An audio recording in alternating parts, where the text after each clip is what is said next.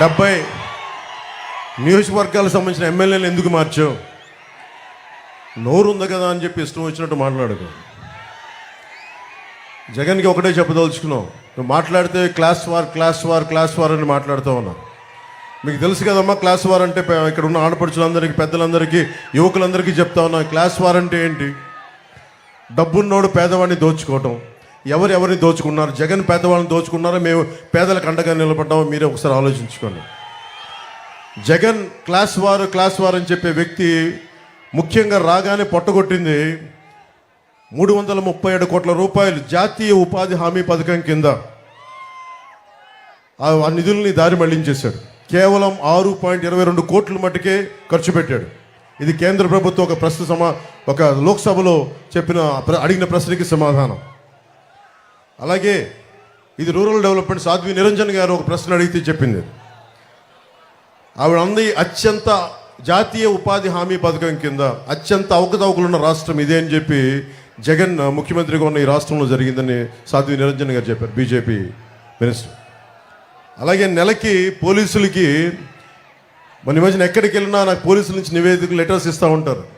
టీఏలు కానీ డిఏలు కానీ వాళ్ళకి సకాలంలో జీతాలు కానీ వాళ్ళకి వారంకోసారి సెలవు ఇస్తానని చెప్పి అది కూడా ఈరోజు దాకా మాట్లాడిన వ్యక్తి. ఇది పోలీసులు శ్రమని దోపిడీ చేస్తున్న వ్యక్తి. ఇతను క్లాస్ వార్ గురించి మాట్లాడతాడు. అలాగే ముఖ్యంగా మనకి పెడననగానే గుర్తుకొచ్చేది మత్స్యకారులు. అత్యంత మంచి తీర ప్రాంతం ఉన్నది. అలాంటి చోట్ల మత్స్యకార యువతకి, మత్స్యకారులకి ఏమాత్రం ఉపాధి కల్పించలేకపోయాడు. పైహెచ్చు ఉపాధి కల్పించకుండా GO 217 అని చెప్పి ఈ రోజున మత్స్యకారులు పొట్టగొట్టడానికి, ఇన్లాండ్ ఫిషర్మెన్ అందరికీ దెబ్బ కొట్టడానికి ప్రయత్నిస్తే జనసేన ముందుకొచ్చి ఆ GO 217ని మన నర్సపూర్లో చించేసాం. దాన్ని ఏమాత్రం ఖాతరు చేయకూడదు.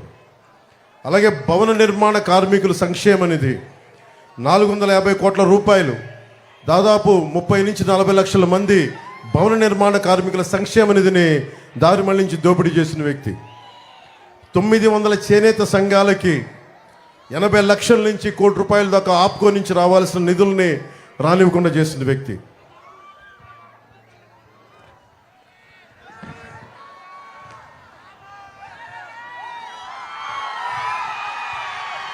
మీ కరెంటు బిల్లులు ఎన్నిసార్లు పెరిగినాయి 5 సంవత్సరాలు మీరు చెప్పండి. 10 సార్లు పైగా పెరిగినాయి కరెంటు బిల్లులు. 5 రూపాయలకి యూనిట్ కరెంట్ వచ్చే పరిస్థితుల్లో చంద్రబాబు నాయుడు గారు ఉన్నప్పుడు పవర్ పర్చేజ్ అగ్రిమెంట్స్ అని చెప్పి 20 సంవత్సరాలకి యూనిట్కి 5 రూపాయలని ఆయన ఒప్పందం చేసుకుంటే రాగానే అది రద్దు చేసి పీక్ టైంలో దాన్ని 18 రూపాయలు ఖర్చు పెట్టి దానివల్ల మీకు 10 సార్లు పెరిగిపోయింది. 5 సంవత్సరాల్లో 10 సార్లు పెరిగిపోయింది. పోయినసారి ఆయన ఉన్నప్పుడు కనీసం ఒక్కసారి కూడా పెంచలేదు మనకి ఖర్చులు. టీడీపీ ఉన్నప్పుడు కనీసం ఒక్కసారి కూడా ఖర్చులు పెంచలే. ఈరోజు ఇతను రాగానే ఈ ఛార్జీలు పెంచేశారు, కరెంటు ఛార్జీలు. దానివల్ల మీకు 27,500 కోట్ల రూపాయలు మీకు సంబంధించిన డబ్బుని దోపిడీ చేశారు. అందుకే మీకు 10 సార్లు మీరు కరెంటు బిల్లు ఎక్కువ కట్టాల్సి వస్తుంది.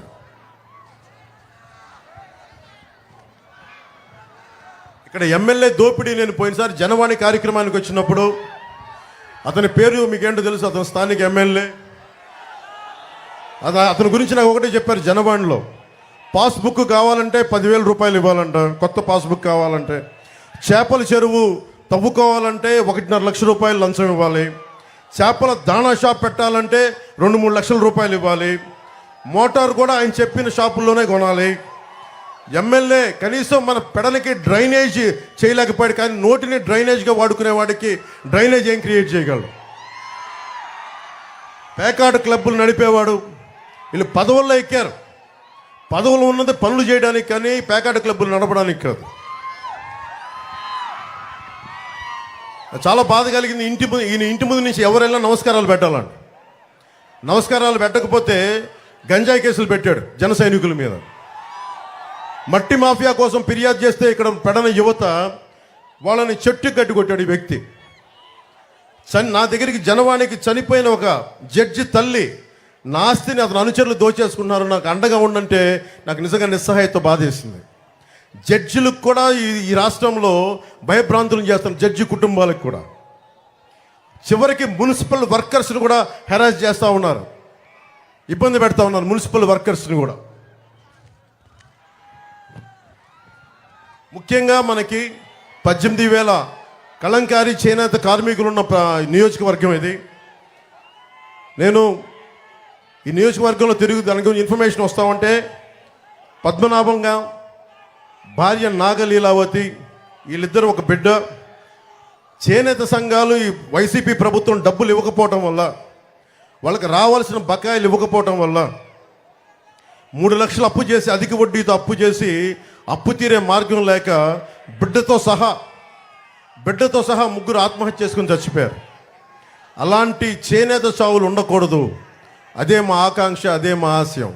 చంద్రబాబు గారు, మేము తెలుగుదేశం, జనసేన, భారతీయ జనతా పార్టీ ముఖ్యంగా చేనేత కార్మికులకి, కలంకారీ కార్మికులకి మేము మీకు అండగా ఉంటాం. మీ చేత మేము కన్నీరు పెట్టించాం, మీకు అండగా ఉంటాం. అలాగే కలంకారీ గురించి కూడా మీకు జిఐ ట్యాగ్ ఉంది. మీకు మీ వర్క్ని ఎవరు కూడా దాన్ని కాపీ చేయడానికి లేదు, కాపీరైట్ ఉన్నది మీకు. కేంద్ర ప్రభుత్వం నరేంద్ర మోదీ గారు నాయకత్వంలో ప్రధానమంత్రి గారికి చెప్పి మరి మిమ్మల్ని ఎవరు కాపీరైట్, మిమ్మల్ని దోపిడీ చేయకుండా, మనకి పవర్ లూమ్స్ మిమ్మల్ని మీ వర్క్ని కాపీ చేయకుండా చాలా బలమైన చట్టాలు పట్టుకొస్తాం. పవర్ లూమ్స్ మిమ్మల్ని ఇమిటేట్ చేసి మిమ్మల్ని మీ బతుకు తెరువును కొడతా ఉన్నాయి.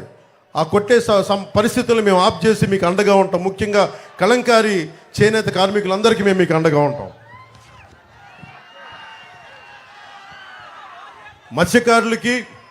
మత్స్యకార సోదరులందరికీ 974 కిలోమీటర్లు మనకి తీర ప్రాంతం మన ఆంధ్రప్రదేశ్లో.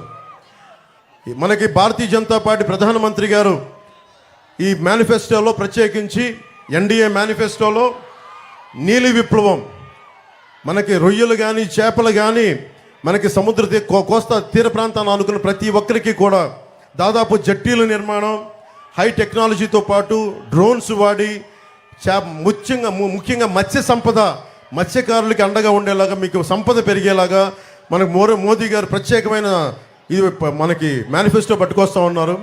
అది మేము చాలా బలంగా ఇంప్లిమెంట్ చేస్తాం, మీకు అండగా నిలబడతాం.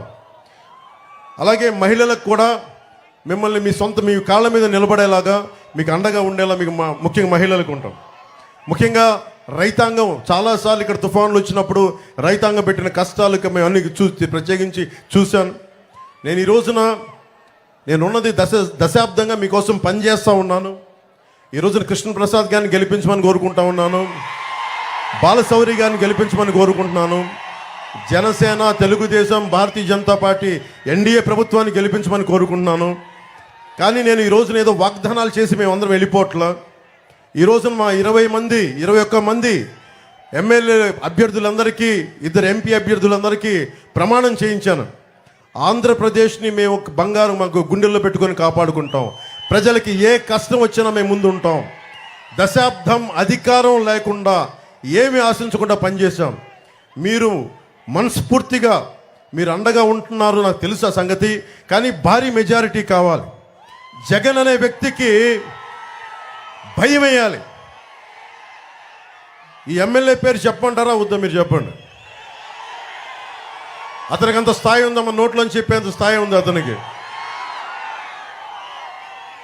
ఇక్కడ ఉన్న అందరికీ చెప్తా ఉన్నాం, ఎమ్మెల్యేలందరికీ కూడా చంద్రబాబు గారి కులం చేత తిట్టిస్తారు, నన్ను నా కులం చేత తిట్టిస్తారు, లేదంటే బీసీ కులాల చేత తిట్టిస్తారు, ఎస్సీ కులాల చేత తిట్టిస్తారు. నేను ఒకటే బాధపడుతున్నాం, ఎవరు ఎన్ని తిట్టినా రాజ్యాంగాన్ని నమ్మిన వాళ్ళం.